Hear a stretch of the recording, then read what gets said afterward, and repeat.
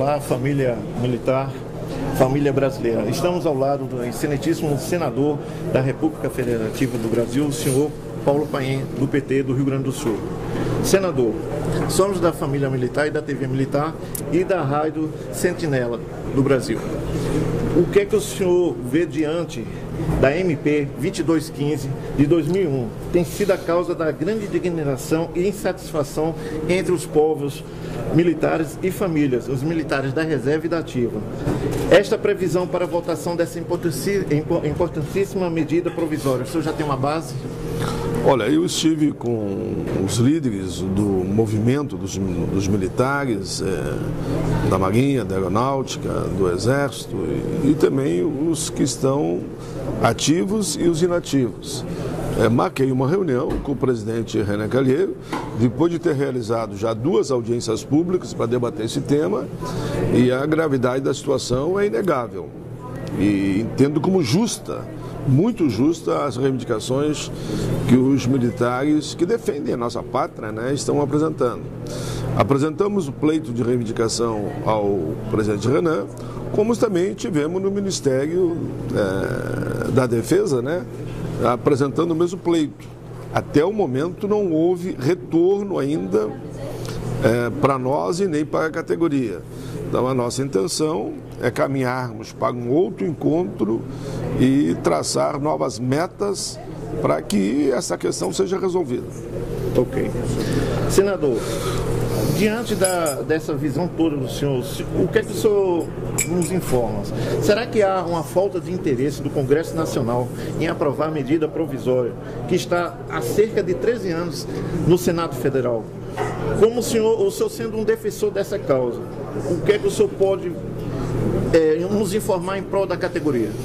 Veja bem, eu sempre digo que o Congresso ele é a caixa de ressonância da batida do tambor das ruas, ou seja, da fala da sociedade. É importante entender que o que aqui se discute e debate, ele sofre influências da sociedade organizada e dos poderes constituídos.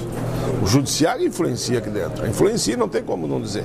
O executivo influencia e muito, e principalmente o executivo que tem maioria da sua base parlamentar aqui no Congresso.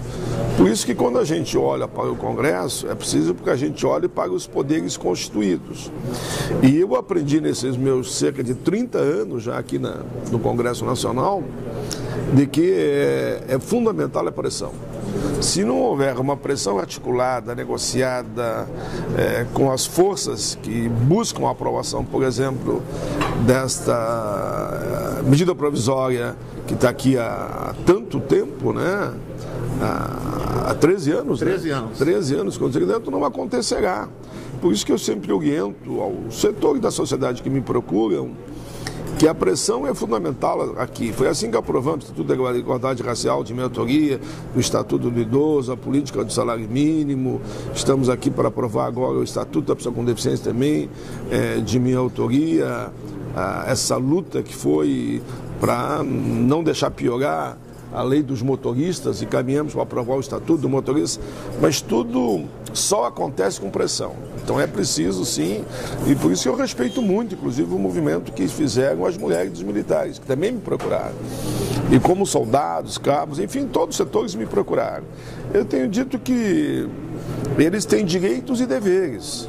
E para os direitos deles serem atendidos, eles têm também que naturalmente fazer a sua pauta e apresentar de uma forma firme, mas mostrando que estão mobilizados na busca de que a sua pauta seja lida, ouvida e atendida. Senador, no último dia 13 de maio, estivemos reunidos com o senhor e o presidente do Senado Federal, o senador Renan Calheiros, para tratar da MP 2215. O senhor tem alguma resposta em relação a essa medida provisória? Essa é a grande questão que nós tivemos lá com o Renan, como tivemos com outros órgãos dos poderes constituídos, e até o momento não veio resposta. Eu sou um senador da República, né? Eu ouço os clamores da sociedade, como no caso das Forças Armadas, e canalizo para os espaços competentes. E assim eu fiz. Não veio resposta nem aqui do Congresso, como não veio resposta ainda por parte do Executivo. Tudo isso foi encaminhado. Por isso que eu dizia antes que é preciso que a gente estabeleça aí uma nova tática de atuação para que essas justas reivindicações sejam atendidas. Em dezembro de 2000, o STF restritou as carreiras e a remuneração dos servidores militares, concedendo 28,86%. Mas até o presente momento, os militares não receberam esse aumento. O que o senhor tem a dizer em relação a esse assunto? Eu acho uma injustiça. Uma injustiça, sim, porque se o Supremo decidiu e garantiu os 28%, por que os 28% não foram estendidos também aos militares? E os 28% ela faz parte da pauta de reivindicação apresentada aos poderes constituídos quando eles estiveram aqui, os militares, inclusive numa audiência pública comigo. Como eu disse, com pressão e mobilização que virá a resposta. Ok. Senador, em meio a essa situação, muitos militares e pensionistas já faleceram sem ver seus direitos apreciados. Não é preocupante essa situação? Claro que é preocupante. Nós temos essa situação complicada, difícil, sem sombra de dúvida, como temos também a questão do Aeros, que é algo semelhante. Os aposentados e pensionistas do Aeros já morreram cerca de 952 daqueles que tinham direito a receber o correspondente ao investimento que fizeram no seu fundo de pensão e que, por falta de fiscalização, acabam indo à falência e o Supremo já decidiu ainda não receberam. A situação de vocês é idêntica, por isso que eu aqui falava, estão na expectativa de receber o que teriam de direito e aí está os 28% e muitos já faleceram. Eu tenho certeza que, infelizmente, centenas já faleceram e até o momento isso ainda não foi atendido. Por isso que é preciso, mais do que nunca, a gente caminhar, que vocês devem ter notado que na minha condução aqui das respostas, eu tenho enfatizado muito que é preciso que os movimentos da sociedade organizada se façam ouvir. E para se fazer ouvir aqui no Congresso e entre os poderes constituídos, é preciso que, como eu digo, o grito da sociedade ecoe aqui dentro. E esse grito tem que chegar firme e forte. Ok. Senador, qual a sua opinião em relação à emenda que foi aprovada recentemente no Senado, que dá direito aos QSAs galgarem o posto de suboficial na ativa e na reserva? Aliás, foi uma luta muito grande. Faz parte dessa pauta que eles me apresentaram e que nós fomos trabalhando, eu diria, de forma permanente. Até que, felizmente, o Congresso se posicionou e esse setor, pelo menos, esse setor, se sentiu contemplado e fiquei muito feliz de ver a emoção deles no dia que eles estavam aqui, muitos inclusive chorando, me abraçando, agradecendo muito, e eu disse a eles que o mérito foi deles, é que eles pressionaram, se mobilizaram e fizeram que o Congresso, enfim, caminhasse de forma firme na linha da justiça. Foi feito justiça. Devido a essa situação, o que é que o senhor vê os sargentos QE do Exército serem oriundos do mesmo quadro do sargento QSA da Aeronáutica? O que falta para o sargento QE do Exército ter o mesmo direito do sargento da Aeronáutica? Eu sempre, quando eu falo das Forças Armadas, né? Eu procuro, como eu atendo o movimento social, o movimento sindical, defendo as mobilizações, por exemplo, de junho e julho passada, e nós temos um Estado democrático de direito. Consequentemente, todos os setores têm o direito de apresentar o que pensa e falar abertamente como vocês estão fazendo e me apresentando essas pautas.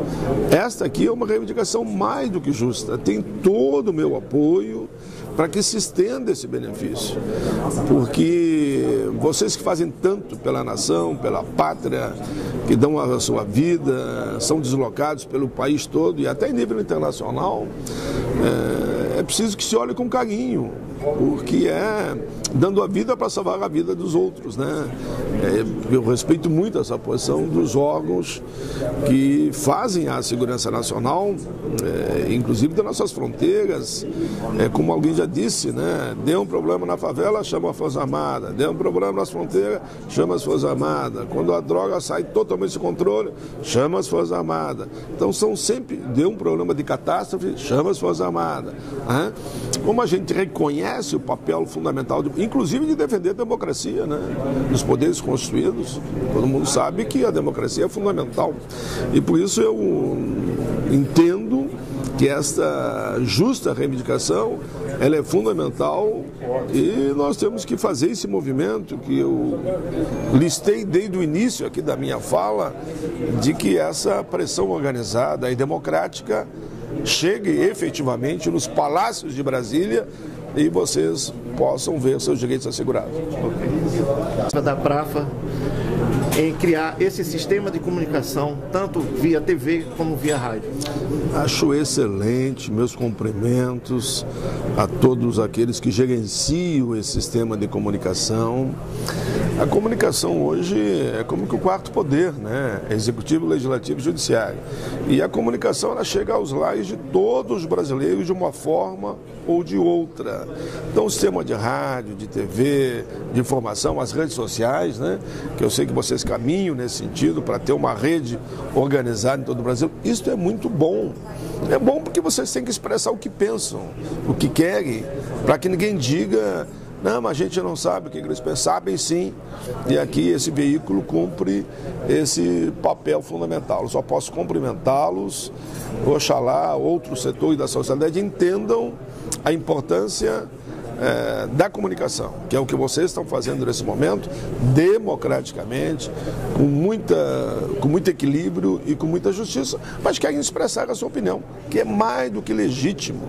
E eu me sinto homenageado, até me permita que eu diga isso, quando vocês decidiram que eu seria o primeiro convidado a falar no programa. Sabe que eu até estou ligando, vai ter um outro programa também no sistema de comunicação de Porto Alegre, lá do Rio Grande do Sul, vinculado aos aposentados. Eu também vou inaugurar lá, como sendo o primeiro entrevistado. Então, tomara que a moda pegue. Cada vez que inaugure uma TV como essa, uma rádio como essa, um sistema de comunicação como esse, me convide para dar entrevista. Mas eu quero dizer que não é só dar entrevista, é o compromisso com a causa. Você pode ter certeza que a causa de vocês é a causa de todo homem de bem desse país e, por isso, meus cumprimentos a toda a família militar e, claro, aqui especialmente pelo novo veículo, que esse é um veículo de mobilização. Esse é um veículo de pressão que vocês estão apresentando, que todos querem e tem que saber mesmo que a pauta de vocês está na ordem do dia. A gente sabe que quando a gente apresenta uma pauta, ela não vai ser 100% atendida. Bom, mas que vamos atendendo de forma parcial, mas tem que ser atendida até porque é mais do que justa. Okay. Senador, aproveitando para encerrar, gostaria que o senhor mandasse um abraço aos guerreiros combatentes nossos, das Forças Armadas que se encontram no Haiti e em outros países em missão. Olha, dizer a vocês, homens e mulheres que no momento estão longe dos seus lares, que estão lá no exterior defendendo a nossa querida pátria, o nosso querido Brasil. Nós estamos aqui em época de Copa do Mundo, eu sei que vocês gostariam até de estar aqui torcendo para o Brasil, mas sei que estarão aí, torcendo pelo país, pelo povo brasileiro e defendendo políticas humanitárias em todo o planeta. Eu diria que vocês, sem sombra de dúvida,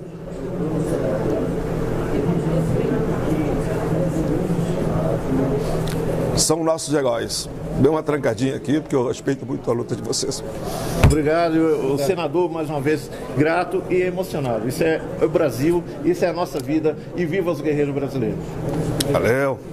Muito obrigado, boa entrevista.